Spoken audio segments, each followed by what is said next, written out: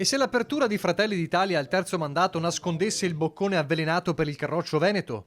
Un modo per bloccare la corsa solitaria che tanti esponenti leghisti avevano paventato senza paura soltanto poco tempo fa. A pensar male si fa peccato, ma spesso ci si azzecca. Così almeno devono aver inteso i vertici di Patto per il Nord, il movimento politico nato in Lombardia nell'ottobre scorso, subito dopo Pontida, come risposta al dominio salviniano. Gli ex leghisti arrabbiati come Roberto Castelli, Mario Borghezio, Paolo Grimoldi, i bossiani storici contro il partito diventato troppo nazionale sotto la guida dell'attuale vice premier.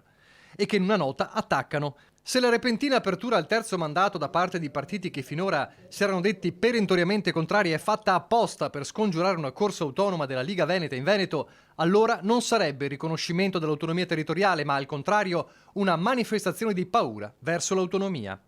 Insomma, lo spiraglio nasconderebbe un modo per stoppare la linfa vitale del federalismo.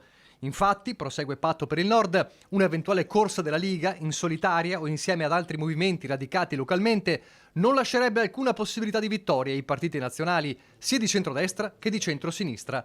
Le riforme vanno fatte nell'interesse dei cittadini, non per paura del loro voto. Insomma, una lettura diversa per quello che già si profila come un tormentone estivo, o almeno di inizio estate, la modifica della norma per sbloccare il terzo mandato. Da par suo Zaia si dice in attesa, ma è uno spettatore sornione. Difficile pensare che una partita così cruciale per il suo futuro lo interessi poco. Immagino che il provvedimento si possa portare in Parlamento, però poi dovrà essere la maggioranza a decidere se farlo oppure no.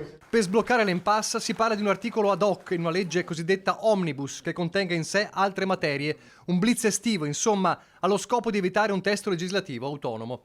Anche perché, nel frattempo, l'attesa costringe la Lega e il centrodestra a iniziare la campagna elettorale senza un candidato ufficiale. E allora, per non perdere altro tempo, dal 16 giugno via alle autocandidature del Carroccio per il Consiglio regionale, nomi da scremare poi per le liste finali.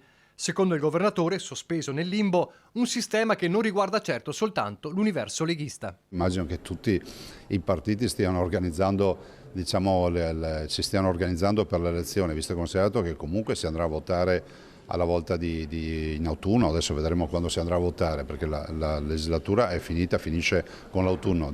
La data ultima sarà il 23 novembre e quindi trovo logico che un po' tutti i partiti si organizzino.